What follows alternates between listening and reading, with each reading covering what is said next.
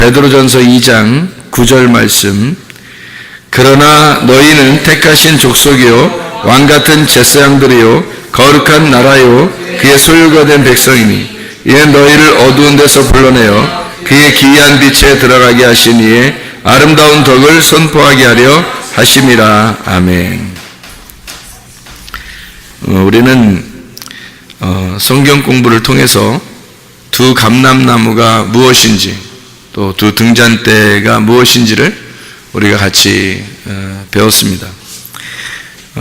이 두 개가 사실은 하나다라는 것을 우리가 좀 알게 되면 성경이 두 개로 나누어져 있는데 이게 하나다라는 것을 우리가 알게 되면 성경이 좀 많이 좀 이해가 되죠. 이 말씀이 바로 뭐냐면 왕 같은 제사장이에요. 그러니까 왕하고 제사장하고 둘이 나누어서 백성들을 이끄는 게 왕하고 제사장하고 백성을 이끄는 그 나라는 그게 나라. 왕하고 제사장이 있어야 한 나라가 되는데 그런데 왕하고 제사장하고 이 두 개가 합해져서 이게 한 나라를 이루는 거예요. 그러니까 이거를 말씀을 잘 이해하면 성경이 두 가지로 다 나누어져 있는데 이게 하나로 되어 있다라고 하는 것을 우리가 알 수가 있어요. 스룹바벨과 여호수아 왕하고 제사장이죠. 스가랴 3장하고 4장하고 그리고 학개서 1장하고 학개서 2장하고 우리가 보면 스룹바벨하고 여호수아가 왕이고 대제사장이었다라는 것을 우리가 알 수가 있죠. 두 감람나무 두 등잔대라고 하는 게 요한계시록 11장 4절에 나와 있는 그런 말씀이에요. 두 감람나무 두 등잔대, 이게 요한계시록 11장 4절에 있는 말씀. 뭐를 의미하는 거냐면 왕하고 제사장, 다시 말하면 스룹바벨과 대제사장 여호수아를 의미하는 것이다. 이거 두 개를 합해서 왕 같은 제사장이다. 이제 왕 같은이란 말은 왕 같은 제사장이다 이 말이에요. 왕이면서 제사장이다 이 말이에요. 왕이면서 제사장이다. 이거를 이제 두 개를 합해서 좌우의 날선 검이다.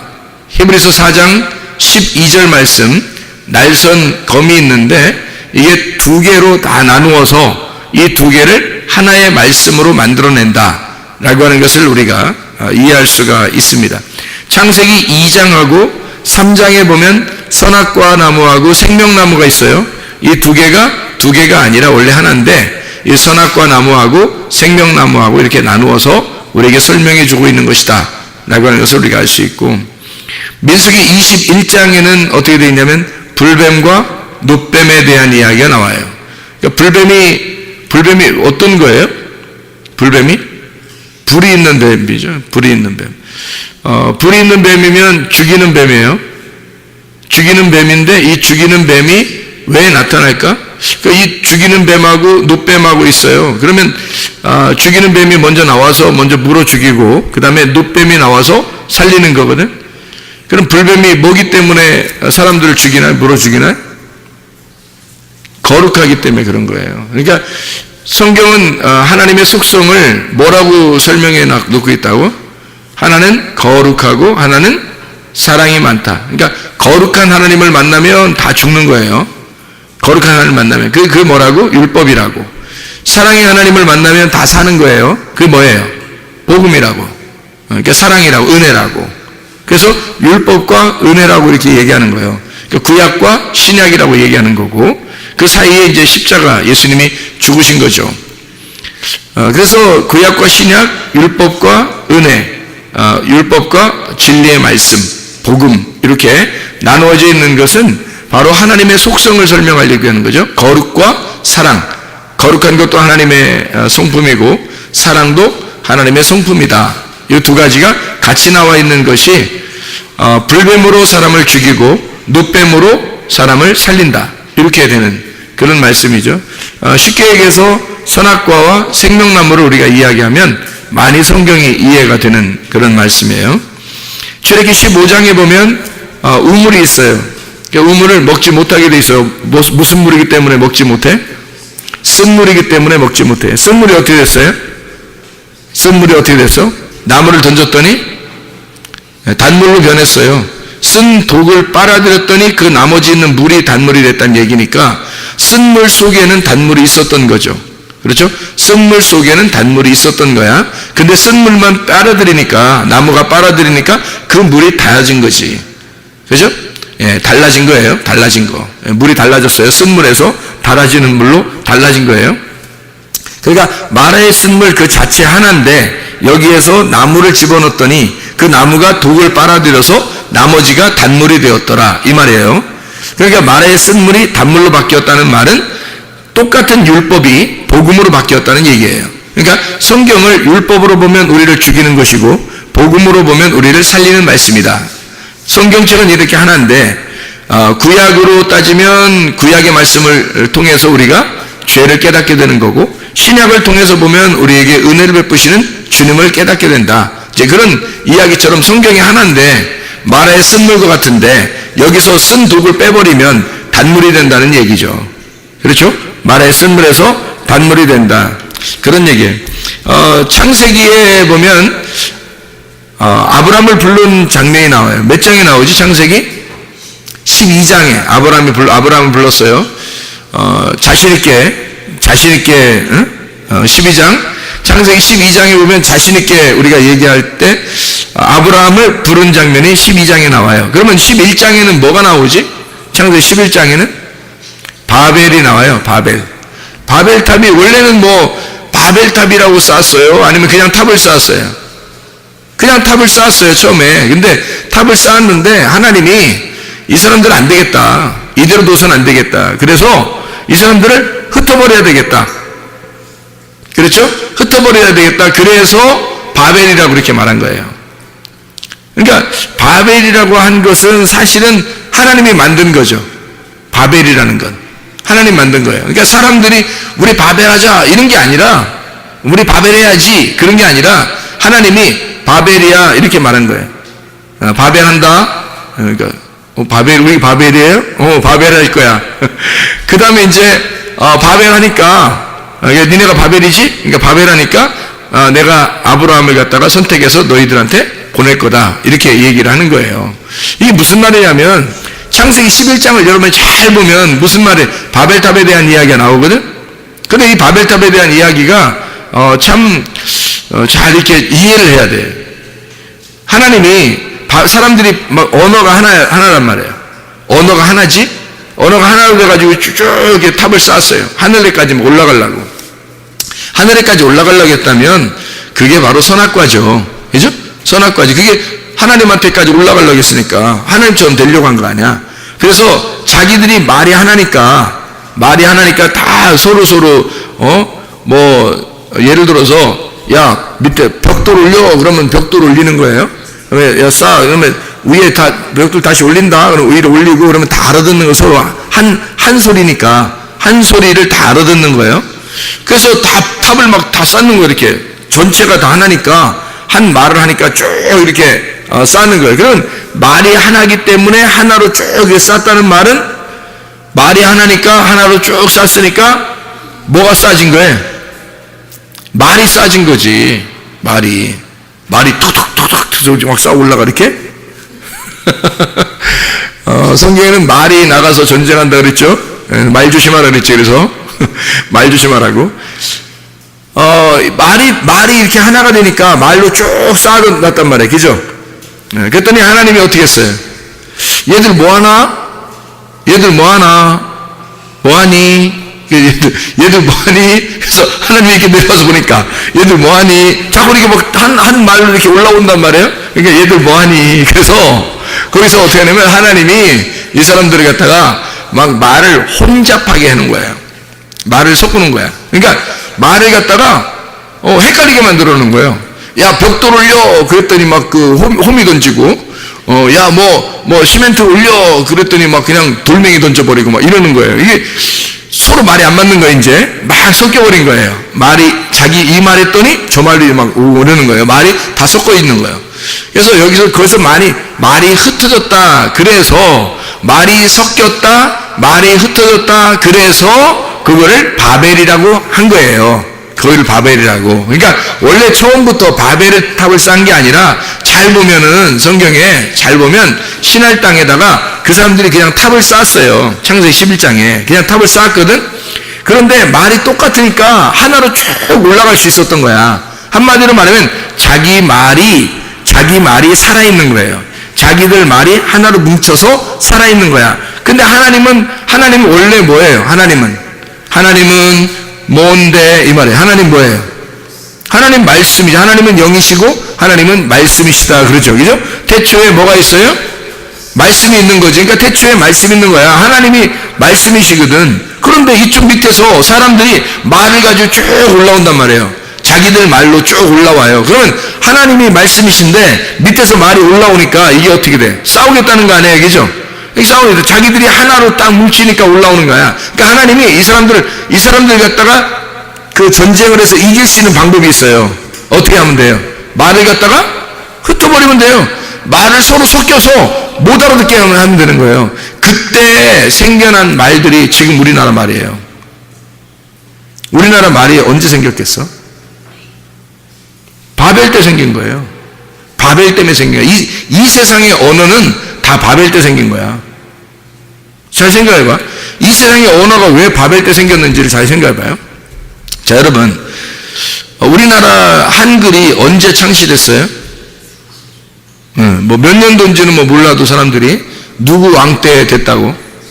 세종대왕 때 됐다고 다 얘기해요. 그러면 세종대왕 때 우리가 한글을 갖다가 쓰게 됐어요. 그때부터, 그죠? 그죠? 그러면 그 세종대왕 나오기 전에는 뭐 썼어? 영어 썼어? 그때는 스페인어 썼나?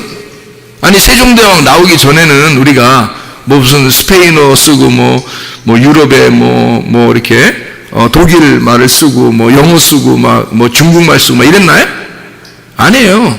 그때도 한국말을 썼어요. 그때도 우리들이 지금 쓰는 말을 쓴 거예요. 우리들 말이 쓰는 사람들끼리 모인 거예요. 민족이. 그래서 민족을 뭘로 구성하는지 알아요? 민족을 뭘로 나누는지 알아요? 언어로 나눕니다. 그러니까 여러분, 다른 나라 사람이 한국에 와서 시민권을 받으려고 그러잖아요? 그러면 뭐 테스트 할까요? 언어 테스트 합니다. 언어 테스트. 그러니까 이 사람이 말을 잘 할 수 있는지 언어 시험을 보고 언어 테스트를 해요. 우리가 미국으로 간다면요. 미국의 언어를 테스트해요. 그죠? 언어 테스트하고, 그 다음에 역사를 배우게 하고, 미국의 역사를. 그럽니다. 그래야지 거기서 시민권을 줘요. 뭐 때문에 그래? 자기 나라 민족이 되려면, 자기 나라 시민이 되려면 언어가 통해야 된다는 거죠. 언어가 통해야 자기 나라 사람이라는 거예요. 그러니까 언어가 통하면 그 나라 사람인 거예요, 여러분. 한국 사람이 미국에 이제 이민 가가지고 오랫동안 살아서 그 자녀가 나왔어요, 거기서. 그러면 거기 나라 사람이에요. 그럼 그 아이는 한국말을 잘할까요? 영어를 잘할까요? 영어를 더 잘하는 거예요, 그 아이는. 그래서 거기서 섞여서 살 수 있는 거예요. 만약에 이 아이가 태어날 때부터 자라날 때까지 한마디도 영어를 못한다. 그럼 거기 살기 불편할 거예요. 거기서 사는 건 불편하고, 한국말을 잘하니까 한국말 하는 사람들한테 오면 더 편한 거죠, 자기가. 살기가. 그러니까 언어라고 하는 게, 여러분 여행을 하다 보면, 다른 나라에게 여행을 하다 보면, 뭐 때문에 불편해요? 뭐 때문에? 언어 때문에 불편해요. 다른 건 별로 불편한 게 없어요. 언어만 통하면 다 다닐 수 있어요. 언어만 통하면. 그렇죠? 근데 언어가 안 통하면 외국에 여행을 가면 가장 불편한 게 언어예요. 그래서 언어 잘하는 사람이 통역해주고 옆에서 가면 막 가이드 해주면 따라다니면서 그냥 재밌고 그러죠? 그것도 2배 재밌는 게 아니고 반 정도밖에 재미를 못 느껴요. 왜냐면 자기가 언어를 하면서 다니면 훨씬 재밌죠. 근데 자기가 언어를 못하니까 통역하는 사람 뒤에 따라다녀야 되니까. 그러니까 그렇게 재미를 반 정도밖에 못 느끼는 거죠. 언어입니다. 언어를 통해서 민족이 나누어지는 거예요. 바벨 때 언어가 싹 흩어져 세 개로. 그러니까 자기들끼리 하나 뭉쳐 살았었는데, 언어가 다 똑같았었는데 언어가 싹 흩어지니까 이제 언어가 통하는 사람들끼리 모이기 시작한 거예요. 자기들끼리 모여서 움직인 겁니다. 동쪽으로 움직이고, 서쪽으로 움직이고, 북쪽으로 움직이고, 남쪽으로 움직인 거예요. 그래서 그 사람들끼리 모여서 사는 것이 민족이 된 것입니다. 지금의 민족들. 언어가 흩어졌다 이 말이에요. 그래서 사람이 성공하려면 지금 뭐 해야 된다 그래요? 언어를 섭렵해야 되는 거예요. 성공하려면 그 나라의 다른 나라와 무역을 해야 되고 다른 나라와 거래를 하려면 언어가 있어야지 거래를 할 거 아니에요. 그래서 언어 잘하는 사람을 찾는 거예요. 그러니까 언어만 잘하면 일단 반은 먹고 들어간다 이렇게 볼 수 있는 거죠. 지금은. 왜냐하면 그게 민족이 서로 다 달라져 있기 때문에 우리나라 사람들만 살면, 우리나라에서만 살면 더 편하죠. 근데 무역 거래를 해야 되고 다른 나라와 관계를 해야 되는, 그럼 반드시 그 나라 언어를 배워야 되는 거예요. 그래서 그런 사람을 찾는 거예요. 그런 사람들이 이제 회사의 이제 지위도 맡게 되고 그런 위치를 서서 거기서 이제 일을 하게 되는 거죠. 그래서 무역을 하게 되고 세계가 하나로 이제 왔다 갔다 이제 거래가 되는 거죠. 자, 언어가 바벨 때 흩어졌어요. 그러면 잘 생각해 봐요. 흩어졌다 이 말이, 이 언어가 흩어졌다. 그래서 바벨은 어떤 의미라고요? 바벨이라는 단어는 섞였다 이 말이에요. 섞였다. 그럼 뭐가 섞인 거예요? 자, 사람들이 섞이기 전에는, 바벨이 되기 전에는 어떻게 했어요? 한 마음으로 한 말을 가지고 탑을 쭉 하늘까지 쌓았죠. 그죠? 근데 하나님이 이거 안 되겠는데 너네 뭐하니? 에다가 딱 내려와서 어떻게 이걸 갖다가 언어를 다 흩어버리니까 사람들이 이게 탑을 더 이상 못 쌓고 다 흩어져 버린 거예요. 그래서 거기 올라가던 것이 멈추고 다 내려가 이제 다시 흩어져 버린 거죠. 언어에 따라. 그죠? 예. 그러면 거기에 지금 흩어지게 된 것은 누가 와서 그런 거예요? 하나님이 와가지고 사람들이 하나의 말로, 한 로고스, 한 말씀으로 쭉 올라갔더니, 자기들의 로고스로 쭉 올라갔더니 하나님의 로고스가 내려오더니 안 되겠어 너네 뭐하니 하더니 그거 딱 흩어버리니까 자기들의 로고스가 깨져버린 거예요. 하나님이 완전히 섞여버린 거예요. 하나님 말씀이 와서 딱 섞여버리니까 이게 확 섞여버려서 이게 흩어져버린 거야. 자기들 하나의 그 뭉쳐있던 그 자기의 힘이 파괴가 돼버린 거야. 그거를 뭐라 그래요? 바벨이라 그런단 말이에요. 그러면 여러분이 바벨탑 그러면 다 좋은 말이라고 그래? 나쁜 말이라고 그래? 바벨탑 그러면 다 나쁜 말이라고 그러잖아. 좋은 말 아닐까 그럼? 바벨탑 그럼 좋은 말 아닌가?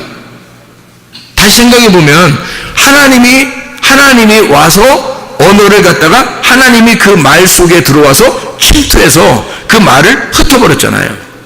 그러면 그 말에 사람들의 로고스만 있는 데에다가 하나님의 말씀이 와서 이걸 섞여버린 거예요. 원래 섞이지 않으면 어떻게 돼? 사람들이 끝없이 하늘나라로 자꾸 탑을 쌓는단 말이야. 그게 선악과거든. 근데 그거를 갖다가 흩어내려 하나님의 말씀이 와서 이거를 사람들의 로고스를 깨뜨려버리는 그것이 바벨이라는 거죠. 그렇죠? 그러니까 하나님의 말씀이 섞여버린 거예요. 그래서 이 사람들이 자기들 색깔이 없어져 버리는 거야. 자기들만의 색깔이 있어서 쭉 올라갔는데 자기들이 깨져버린 거예요. 그래서 흩어졌거든, 언어들끼리 나눠서.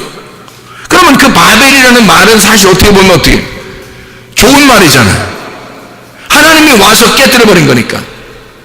생각해보세요. 사람들이 세우던 것이 나쁜 거죠. 사람들이 세우는 게 나쁜 거고 하나님이 와가지고 섞여버리면 그게 오히려 어떤 면에서는 좋은 거죠. 그렇죠? 자, 그러면 이제 바벨이 돼서 이게 섞여서 하나님의 말씀이 섞여가지고 막 흩어져 있거든? 그러니까 이게 진짜가 뭔지 모르겠는 거야. 진짜가 뭔지 모를 때는 진짜가 진짜를 찾는 거예요. 진짜가 뭔지 모를 때는. 그러니까 다 섞여가지고 싹 흩어졌잖아. 그러니까 그 중에서 하나님이 진짜잖아. 하나님이 진짜니까 진짜 말씀이잖아요. 진짜 말씀이 자기 말씀을 찾는 거예요. 그게 창세기 12장의 아브라함인 거야. 그러니까 바벨이 창세기 11장에 나오고 12장에는 자기 사람을 찾는 거예요. 아브라함을. 자기 사람을 찾아서 가나안 땅으로 집어넣는 거죠. 이해가 되겠죠? 땅에다가 주인을 바꿔놓는 거예요. 그러니까 원래 가나안 땅이 자기들 주인이 있었는데 가나안 땅에 주인을 없애버리고 새로운 주인을 갖다 그 가나안 땅으로 집어넣는 거예요. 그게 아브라함이라고. 그러니까 땅은 가나안 땅은 원래 죄가 없잖아. 땅은 죄가 없어요. 땅이 뭐냐면 내 마음이야. 내 마음엔 죄가 없는데 내 마음 안에 나라는 주인이 여기에서 주인 노릇을 하고 있었단 말이야. 그랬더니 하나님이 나라는 주인을 쫓아내고 함 자손 가나안이라는 이름을 저주해버리고 나라는 이름을 저주해버리고 야곱이라는 이름을 밀어내고 여기다가 이스라엘의 이름을 심는 거야. 그래서 아브라함이라고 하는 사람을 갖다가 여기다가 사명을 줘서 아브라함을 가나안 땅의 멜기세덱으로 집어넣어버리는 거예요. 아브라함을. 그러면 생각해요. 멜기세덱이 뭐 하는 사람이야?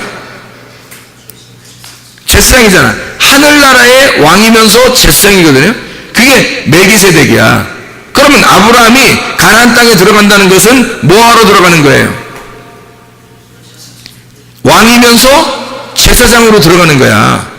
왕이면서 제사장으로 들어가는데 거기에 네가 왕이면서 제사장으로 들어간다라는 걸 알려주러 온 사람이 있어요. 아브라함이 부른 게 아니고, 아브라함이 부른 게 아니야. 창세기 14장에 멜기세덱이 나타날 때 아브라함이 부른 게 아니에요. 멜기세덱이 찾아온 거예요. 왜 찾아온 거야? 너는 왕이면서 제사장이다. 그걸 알려주려고 온 거예요. 그러니까 아브라함은 자기가 왕이면서 제사장인지 몰랐는데 멜기세덱이 와서 네가 왕이면서 제사장이라는 그 사명을 가지고 이 땅에 온 자야. 너 그 사명 잃지 말아라. 너는 왕이면서 또한 이 땅에 대한 제사장의 역할을 해야 된다 라고 하는 것을 멜기세덱이 알려주고 간 거예요. 그날. 그래서 창세기 14장이 나와 있는 겁니다. 이게 이제 아브라함의 사명인 거죠. 아브라함이 어떤 사명을 가진 거라고요? 왕이면서 제사장인 사명을 가졌다고. 지금 우리로 말하면 어떤 거예요? 왕 같은 제사장인 거지. 왕 같은 제사장. 그게 누군 거야? 아브라함. 그럼 여러분과 저는 뭐예요? 너희가 왕 같은 제사장이라고 했으니까 우리는 뭐야? 누구야? 아브라함인 거지. 우리가 아브라함인 거예요. 그러면 아브라함의 하나님, 이삭의 하나님, 야곱의 하나님이 바로 우리의 하나님, 나의 하나님이 돼야 되니까 나의 하나님은 아브라함의 하나님이니까 나의 하나님이 되는 거죠. 내가 아브라함이 되니까 왕 같은 제사장이 돼야 되니까 그럼 나의 하나님이 된다는 거지. 그래서 이게 지금 이 두 가지를 왜 나누어서 한 백성을 만들어 가지고 한 나라를 만들어, 이게 왕과 제사장이 있으면 한 나라가 되는 거거든. 그래서 나라를 만들어서 왜 지금 여기 성경은 이렇게 두 가지로 나누어서 우리에게 설명을 하냐면 왼쪽에서 오른쪽으로 옮기는 얘기를 하는 거죠. 왕이 제사장 되는 역사. 그래서 왕 같은 제사장 이런 얘기를 하는 거예요. 그걸 성경에서 두 가지를 해서 여기 한 나라, 바로 다시 말하면 나를 설명하려고 하는 거예요. 이게 어디에서 설명이 이제 완성이 될까? 예수의 십자가. 예수의 십자가로 이것이 합해지는 거예요. 왕 같은 제사장이 예수의 십자가로 합해지면서 그게 하나가 되는 거야. 그러면 부활의 예수님이 뭘로 나타나서 하나가 되는 거겠어요? 뭘로? 지금의 뭘로 나타나서? 교회로 나타나서. 지금의 교회가 그러니까 왕 같은 제사장인 거지. 왕 같은 제사장이 십자가를 통해서 완성한 것이 바로 교회예요. 그래서 십자가를 지시기 전에는 교회가 안 나타나는 거예요. 십자가 지시 전에는 그냥 사람들이 모여 있었던 걸 그냥 교회라고 그렇게 부른 거지, 진짜로 예수님이 내가 내 교회를 세울 것이다 라고 하는 건 내가 십자가에 매달려 죽음으로써 내 교회를 세울 것이다 라고 하는 것을 선포하는 거예요. 그러면 예수님이 죽기 전까지는 진짜 교회는 나타나지 않았던 거지. 진짜 교회는 그리스도의 몸이 돼야 되는 거거든. 왕 같은 제사장이 되는 사람들, 다시 말하면 왕이면서 제사장인 그리스도가 들어와 있는 사람, 하나님의 성령, 진리의 말씀이 그 안에 들어와 있는 사람, 하나님 안에서 왕 같은 제사장이 된 사람들, 그게 교회가 되는 거니까 그 교회는 예수가 십자가를 지시고 난 다음에 이루어져야 된다는 거죠. 여러분 속에 그리스도의 십자가가 이루어지면 예수와 함께 죽고 예수와 함께 부활하게 되면 여러분은 참된 교회가 되는 것입니다. 하나님의 성령 안에서 우리가 교회가 된다는 얘기예요. 그러면 완성이란 말이에요. 교회가 되면 그게 하늘나라의 새 예루살렘을 이루는 땅의 교회라는 거지. 그러니까 이것은 하나님 나라라는 거예요. 땅의 하나님 나라. 이게 교회니까 내가 왕같은 제사장이 된다는 것은 땅의 교회가 된다는 얘기고, 땅의 교회가 된다는 얘기는 하나님 나라가 된다는 얘기예요. 그러니까 하나님 나라가 이 땅에 이루어진 거죠. 하나님의 뜻이 이 땅에 이루어진 거지. 그게 교회예요. 이건 누가 이루는 거예요? 성령님이. 반드시 예수 그리스도가 죽고 하나님의 영, 예수의 그 영이 와야지만이 가능한 거라는 거지. 그래서 그 성령이 와서 이것을 이루는 것입니다. 이걸 증명해내는 거예요. 하나님 아버지와 아들이 그거를 만들어내는 거예요. 왜냐하면 아들은 이 땅에 내려올 때 뭘로 내려왔겠어요? 제사장으로 내려온 거죠. 왕은요, 왕하고 항상 제사장이 같이 나와야 되니까 왕은 누구겠어요? 하나님이신 거고, 하나님이 왕인데 이 땅에 예수가 내려온 것은 제사장으로 내려온 거라니까. 제사장이 뭐 하는 거예요? 화평케 하는 거죠. 사람들을 하나님하고 연결시키는 사람이란 말이에요. 그게 제사장이라는 거지. 그러니까 예수 그리스도가 이 땅에 오신 것은 막 왕처럼 군림하려고 온 게 아니에요. 제사장처럼 자기가 중간에서 하나님과 사람을 연결시켜주러 온 거란 말이에요. 그게 제사장이라는 거지. 하나님 아버지가 왕이시고 자기는 제사장. 그러면 왕과 제사장이 뭐 해야 돼요? 반드시 두 증인이 돼야 된다는 거지. 이걸 두 감람나무라 그러는 거예요. 스룹바벨과 대제사장 여호수아, 그리고 모세와 아론, 이런 사람들이 이제 두 개, 왕과 제사장을 연결시켜주는, 이것이 신약에서 이루어진 것이 교회, 왕 같은 제사장, 이 두 개가 하나가 되었다. 말씀이 하나가 되었다. 이 교회가 너희 안에서, 성령 안에서 이루어졌다. 교회가 성령님 안에서 이루어졌다, 완성됐다. 그런 말씀을 해주고 있는 그런 말입니다. 그러니까 성경을 우리가 좀 더 찾아보면 이런 말씀이죠. 누가복음 10장 22절을 우리 한번 보겠습니다. 누가복음 10장 22절 말씀을 10장 22절 말씀 보면 이렇게 되어 있죠. 내 아버지께서 모든 것을 내게 주셨으니 아버지 외에는 아들이 누구인지 아는 자가 없고 아들과 또 아들의 소원대로 계시를 받는 자 외에는 아버지가 누구인지 아는 자가 없나이다. 뭐예요? 아버지와 아들만 서로 관계를 안다는 거예요. 아버지와 아들만 서로 관계를 알고, 만약에 아버지와 아들을 아는 사람이 있다면 누구만 안다?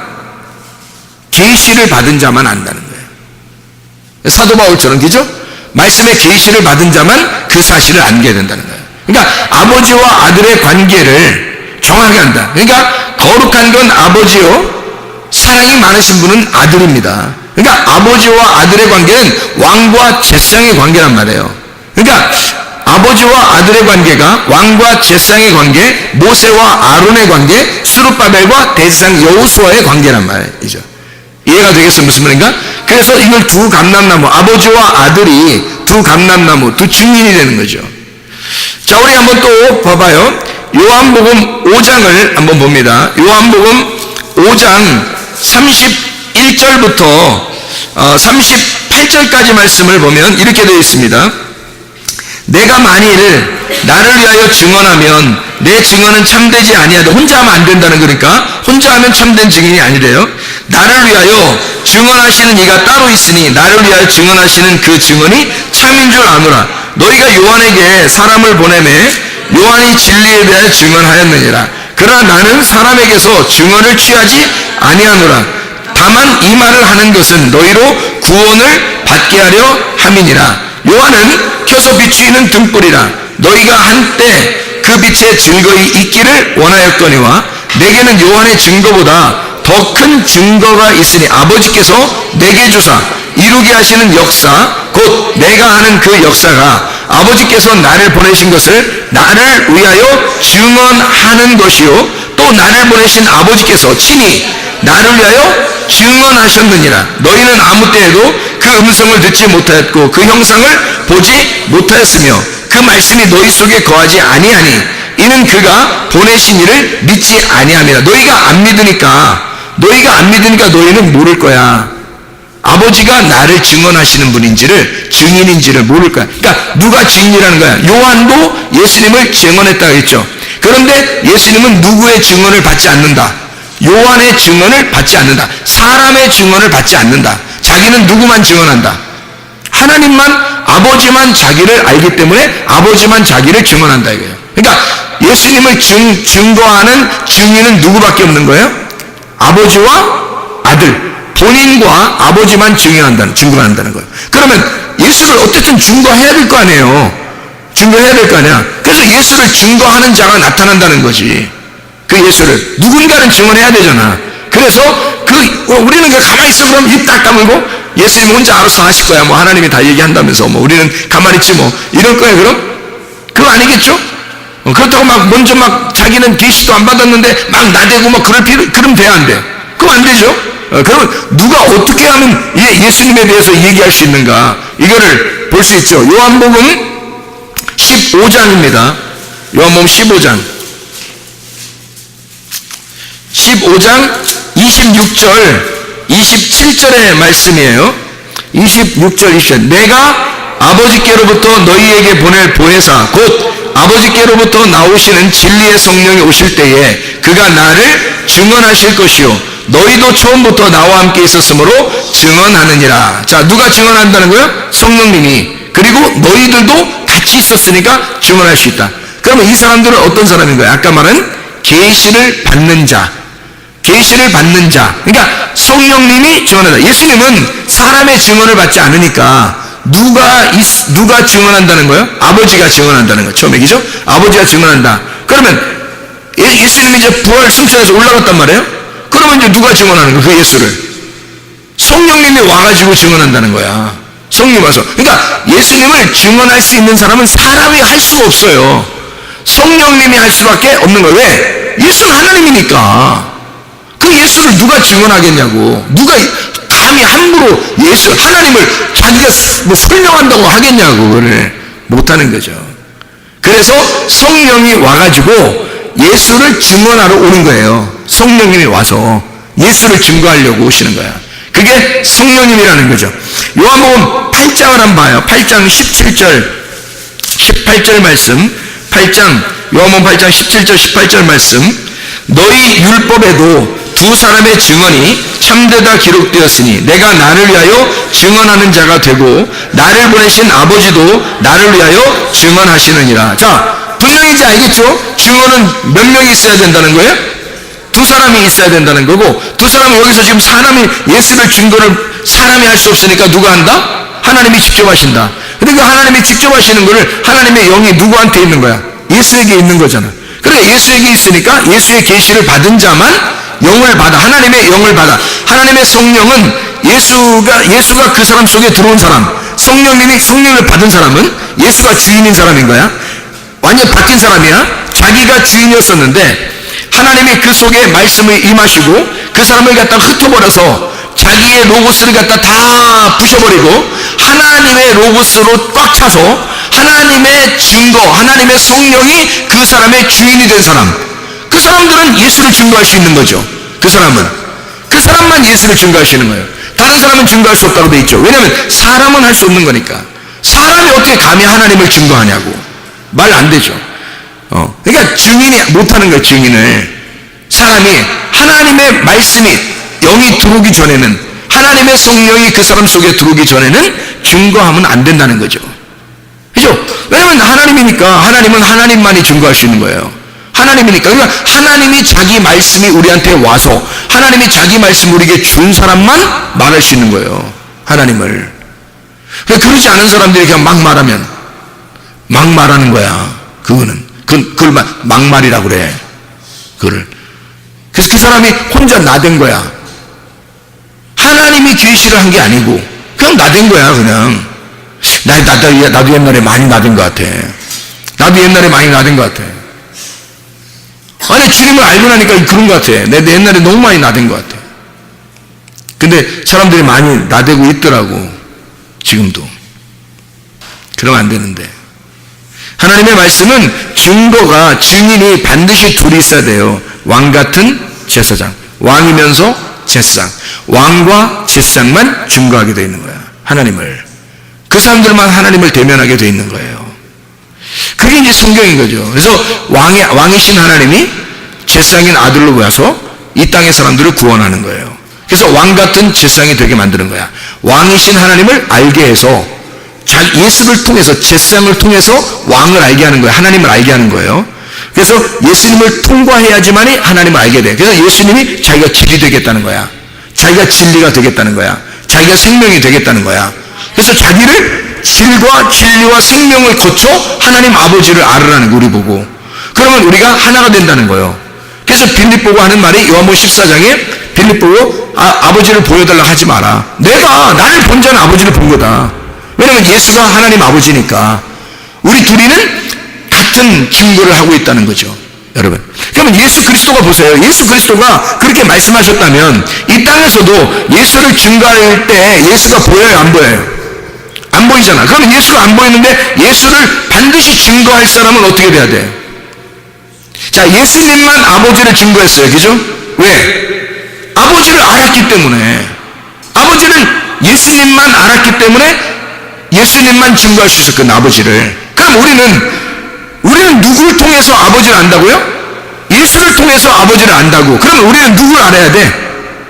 예수를 알아야 되는 거야. 이 성경이 요한복음 5장 39절에 누구에 대해서 썼다고? 예수님에 대해서 썼다고. 그럼 우리는 성경을 통해서 뭘 발견해야 된다고? 예수를 발견해야 된다고. 그러면 예수를 잘 알게 되면 예수를 소개할 수가 있겠죠. 예수를 잘 알게 되면 우리는 예수를 증거할 수 있게 된다는 거죠. 예수님은 아버지를 잘 알았기 때문에 아버지를 증거한 거고, 우리는 예수를 잘 알아야 예수를 증거할 수 있겠죠. 그러면 어떻게 아는 거예요? 우리가 그냥 머리로만, 지식으로만 알아야 되는 거예요? 아니면 몸과 마음으로 알으라고 그랬어요? 몸과 마음으로 알으라는 거예요. 기노스코라고 그랬죠? 야다라고 그랬어요? 이게 몸과 마음으로 깨달아 알고 있어야 내가 알아요. 그럼 예수가 하나님을 증거할 때, 이 땅에 올 때 예수님은 하나님하고 예수하고 완전히 따로 동떨어져 있는 분으로 오셔서 얘기한 거예요. 알려준 거예요. 아니면 예수님이 하나님과 하나이기 때문에 알려준 거예요. 하나이기 때문에 알려줄 수 있었던 거예요. 그래야 아버지를 아니까. 아버지를 몸과 마음으로 알고 있는 거예요, 예수님이. 그러니까 자기가 그 예수를, 하나님을 증거하는 거죠. 그죠? 그럼 우리는 예수를 내 몸과 마음으로 알아야 내가 예수의 증인이 될 수 있는 거예요. 그래서 성령이 오시지 않으면 예수의 증인이 될 수가 없다. 사도행전 1장 8절에 보니까 성령이 너희에게 임하시면 권능을 받고 예루살렘과 온 유대와 사마리아 땅까지 내 증인이 될 것이다. 그렇게 말하잖아요. 그러니까 이 증인이라는 건 그냥 되는 게 아닌 거죠. 뭐가 와야 돼요? 성령이. 진리의 성령이 우리 안에 임하셔야, 생기가 우리 안에 불어넣어져야, 하나님 말씀이 육신을 입어야, 나라는 육신 안에 하나님 말씀이 와서 나를 입어버려야, 그래야 나를 통하여 예수 그리스도를 증거할 수가 있다는 거죠. 이런 말씀을 여러분이 받으셔야 합니다. 이 말씀을. 그래서 이 말씀이 두 등잔 때, 두 감람나무로 우리의 거룩한 사랑의 하나님으로, 거룩한 하나님, 사랑의 예수님으로. 그죠? 그러니까 예수, 진리 대신 선악의 말씀이신 하나님, 그리고 성령님이신 진리이신 생명 대신 예수님, 이렇게 나누어서 왕같은 세상으로 우리에게 온다는 거죠. 이런 왕같은 세상을 이제 알겠죠? 이 두 가지가 나누어져서 왕이면서 세상으로, 이것을 알려주러 오신 분이 아브라함에게 누구? 멜기세덱이 와서 왕같은 세상이 온 거예요. 멜기세덱은 왕이면서, 평화의 왕이면서 하늘나라의 제사장으로 이 땅에 내려와 아브라함에게 그 사명을 가르쳐준 사람이에요. 창세기 14장에 일부러 내려온 거예요. 일부러 내려온 거예요. 뭐하고 온 사람을 갖다가 일부러 내려서 언제 내려왔어요? 창세기 14장에 무슨 일이 벌어졌었어요? 아브라함이 전쟁을 해서 승리를 한 거거든. 전쟁을 해서 승리했더니 그때 멜기세덱이 찾아온 거야. 그래서 왕이면서 제사장이 와서 자기를 잘 소개한 거죠. 너는 이런 사람이 돼야 된다. 너는 이 사명을 가지고 이 가나안 땅에 살아갈 사람이다 라고 아브라함에게 알려준 거죠. 창세기 12장에 보면 아브라함을 선택했어요. 선택한 것으로 끝나는 게 아니야. 창세기 14장에 멜기세덱이 와서 사명을 불어넣어 주는 거예요. 그리고 주님께서는 이제 그 이후에 하나님이 이삭이라는 아들을 낳게 해요. 왜 아들을 낳게 하냐면 아브라함의 하나님이 이삭의 하나님이 또 돼야 되니까. 이게 연결되지 않으면 아브라함 때 끝나잖아. 대가 끊기는 거란 말이에요. 이삭의 하나님으로 다시 연결이 돼야 되기 때문에 아들이 꼭 필요한 거야. 그래서 여러분과 제가 대가 끊기면 씨가 없는 거예요. 대가 끊기면. 다시 말하면 우리에게서 말씀이 우리 안에 와서 그대로 막혀버리면 무슨 물이 되겠어? 썩은 물이 되는 거예요. 말씀을 아무리 많이 알면 무슨 말 소용있어요? 내 속에서 말씀이, 내가 하나님과 하나님에게 말씀을 받아서 말씀을 알았어요. 말씀이 육신 안에 거해서 왔단 말이에요. 그러면 이 말씀이 다시 흘러가도록 해야 살아있는 물이 되는 거예요. 흘러가는 것을 뭐라고 하면 열매를 맺는다. 씨를 갖게 한다. 열매, 아들을 낳게 한다. 말씀의 아들을 낳게 한다. 그래서 아브라함이 이삭이라는 아들을 낳고 이삭이라는 아들이 또 야곱이라는 손자를 낳아서 아브라함의 하나님, 이삭의 하나님, 야곱의 하나님이 돼서 이것을 이스라엘의 축복이라고 그렇게 말하는 거예요. 하나님의 축복이 계속해서 연결되어지는 사람들, 하나님의 축복의 사람들. 왜 제가 이런 이야기를 하느냐면 시편 23편 6절의 말씀을 우리 읽고 마치도록 하겠습니다.